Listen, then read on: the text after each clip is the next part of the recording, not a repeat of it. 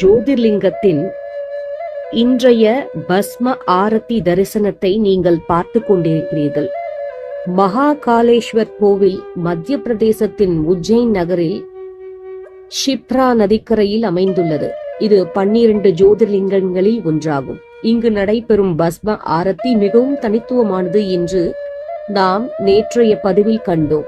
இந்த ஆரத்தியின் போது லிங்கத்திற்குரிய புனித சாம்பலால் ஸ்ருங்காரம் செய்யப்படுகிறது.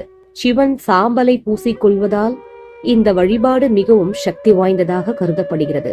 இந்த தரிசனத்தை காண அதிகாலையிலேயே பக்தர்கள் ஆயிரக்கணக்கில் திரள்வார்கள். இதுவே லிங்கத்தை விழிப்படைய செய்யும் முதல் சடங்காகும். இந்த பஸ்ம ஆரத்தியை காண்பது என்பது இந்துக்களின் ஆன்மீக பயணத்தில் மிக முக்கியமான ஒரு நிகழ்வாக கருதப்படுகிறது. இதை தரிசிப்பதால் கிடைக்கும் முக்கிய பலன்களும் அதன் பின்னால் உள்ள தத்துவங்களும்